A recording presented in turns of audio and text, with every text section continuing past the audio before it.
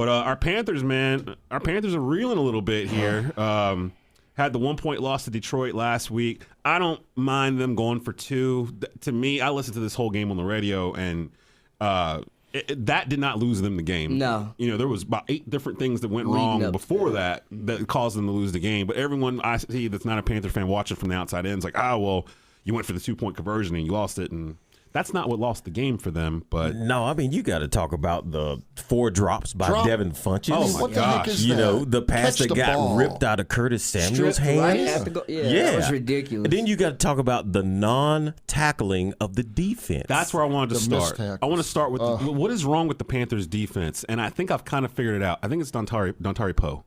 Instead of it being Star Latulele. Like, I think we kind of overestimated how much Star meant to the defense because Star didn't have like big stats or anything like that. He wasn't a big sack guy.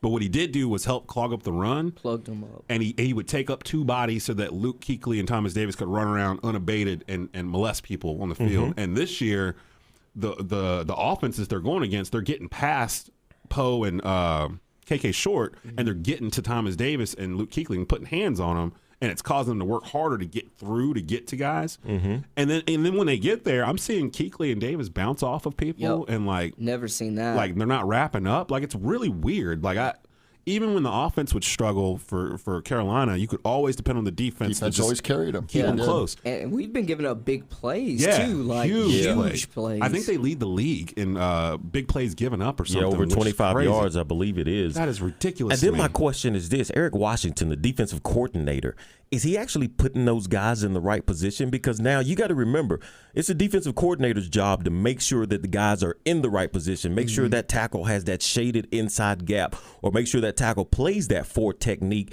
in order to be able to keep that offensive lineman to get to the second level and block the linebacker. And then being a linebacker, are they making sure that these guys are lined up correctly? Is the scheme right? Is Eric Washington doing the right scheme? Because this is his first year as defensive coordinator. So to me, that is also a question. Are they in the correct position to make the necessary plays needed to be made on defense? A couple times it has looked like it, especially in the secondary when those DBs have been getting beat. Remember a couple weeks ago, Bradbury was just looking lost out there a few times. I mean, it's ugly at times, just lots of confusion. It was, and there were quite a bit of arm tackles in that Detroit loss as well. And then you got to remember, Detroit's running back, is it Kerryon Johnson? He's a rookie. He's out of Auburn, right? Now, had he not gotten hurt, Yeah. He got hurt in the first half. Right. Now, had he not gotten hurt, I believe that score would have been much worse than 20-19. Right. I mean, and they only gave up, 20 points is not that much, say, but it still seemed more. You know what I mean? Because the defense just wasn't there.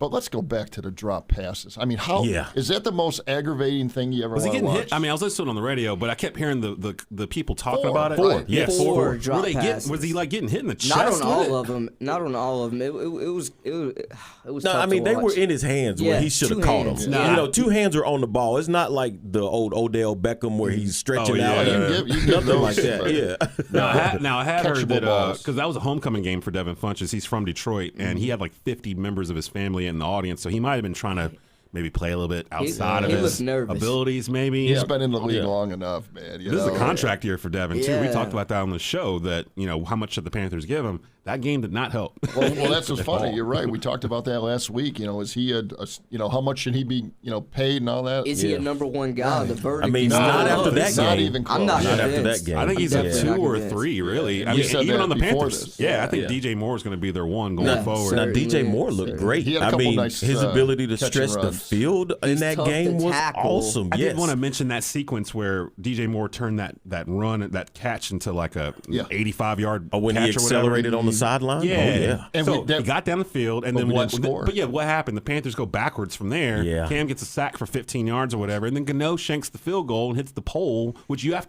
can't do that if you try, to hit the pole for the field goal. So they go away with no points. We have to talk about the missed field goals. He missed a field goal and extra point. That's all back-to-back weeks. They say Gano has an issue kicking indoors. I've heard that too. I don't know how true that is. Yeah. But when it comes to the end of the game, I got to say, that's situational football. And if I'm Ron Rivera, or Riverboat Ron, as they like to go by, then I am going to bring my kicker out at that time. I'm going to pull him to the side. So you would have went for one. Oh, yes. I'm going to pull my kicker to the side, I'm going to say Gano. I know you've had a little issues kicking this last field goal. I know you had an issue with the extra point. But this is where you get paid for your grade, Gano. Yeah. So now it is time for you to kick this field goal. We know you've already hit a 63-yarder when we've needed it. He can kick. This is just the extra point. We need you right now. That's what I would have done, and I would have played for overtime. See, and normally Riverboat Ron would have done that because he would have had faith in his defense. Even if they didn't win the coin toss, he would have been like, that's cool. I mean, I'll put my defense out there, and we'll stop you or at least get a field goal so we can get back out there. When he did that, to me, it was like, okay, he does not trust his defense. For like the first time in maybe 7 years, he does not trust his defense to get back out there. And I think you have to give that same speech to your defense as well. Yeah. We're now in overtime. You screwed up the first 4 quarters. This is a new half right here. It is time for you guys to show up. This is where we need you. You are a staple to this team. I got another question, too. Where did all of before Pittsburgh, Carolina was 6-2. People were talking about Cam Newton as an MVP candidate. And they were applauding Norv Turner for the offense that he was implementing because the playbook was growing bigger, and they were doing all these jet sweeps and like these misdirection run plays Stuff where you didn't know where the ball was. College. Yeah, it all disappeared. Like I have not seen any of it the past 2 weeks. Where did it go? Are the defenses, They haven't even tried it. I don't even think they've really even tried it. Like, they just disappeared. You're right. They haven't tried a lot of misdirection lately. Are they saving it? I don't understand what they're doing. I don't think they're saving it. I think Norv Turner has tried to go back to the Norv Turner style of offense. And as you remember a couple of weeks ago, I said Cam Newton, he doesn't necessarily fit in Norv Turner's complete offense because Norv Turner is a 3-step drop, let the ball go. 5-step drop, let the ball go. Cam Newton, he's a great quarterback. He's a superstar. He's awesome. But he will hold that ball at times longer than he should, and that is not a part of Norv Turner's offense in the way he likes to do things. So they got 6 games left, including divisional games against Tampa, Atlanta, and they got 2 versus the Saints, who are looking like world beaters right now. Like the Saints are out here playing with people. Like they really are just toying with teams right now. I know the Super Bowl champs are down. The Eagles, but oh my gosh, the Saints just rolled over them. What are your expectations for the Panthers? They got the Seahawks this Sunday, and I think I heard last night that Ron Rivera has a pretty good record when he has to play a game after the Panthers have lost, and B, when they have to play a West Coast team traveling to the East Coast to play a 1:00 game.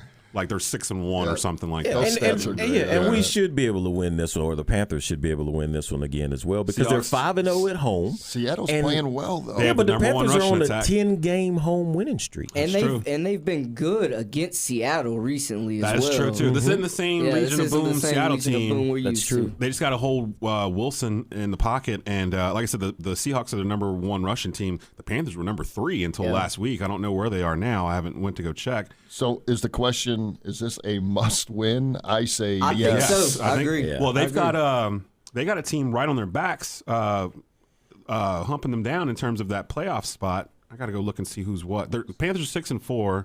It's the Washington Redskins. Is it the Redskins? Right. The Redskins and the Cowboys. Actually, I think the Vikings are right there too. The Vikings are 5-4-1. Yeah, the Vikings are there. Yeah. There's like a pack of Seattle. Seattle's 5-5. Yeah. Actually, the winner of this game will become that wild card, and the other team will be looking at like, oh, they'll wake up Monday morning and not even be in the playoff picture. Right. So yes, this is a huge game. They play at Tampa Bay after that, at Cleveland after that, and then they see the Saints back at the Vault at VOA on the 17th of December. So I think these next 3 games they have to win. I think they need to see the Saints at 9-4 just to give themselves enough cushion. And then, honestly, they might have to hope the Saints just keep winning so that Week 17 game is a game where the Saints are resting people and they can go in there and play hard because that's at New Orleans. But they may still have a chance to take the division if the Saints lose 2 games. If the Saints lose 2 games, But the Panthers need to be trying to get that. That's like saying Alabama's going to lose. They need to be hoping for that home field advantage down at Bank of America. Well, I mean, the Saints could lose next week considering. Who are they playing? They play the Dallas Cowboys. That's definitely a possibility.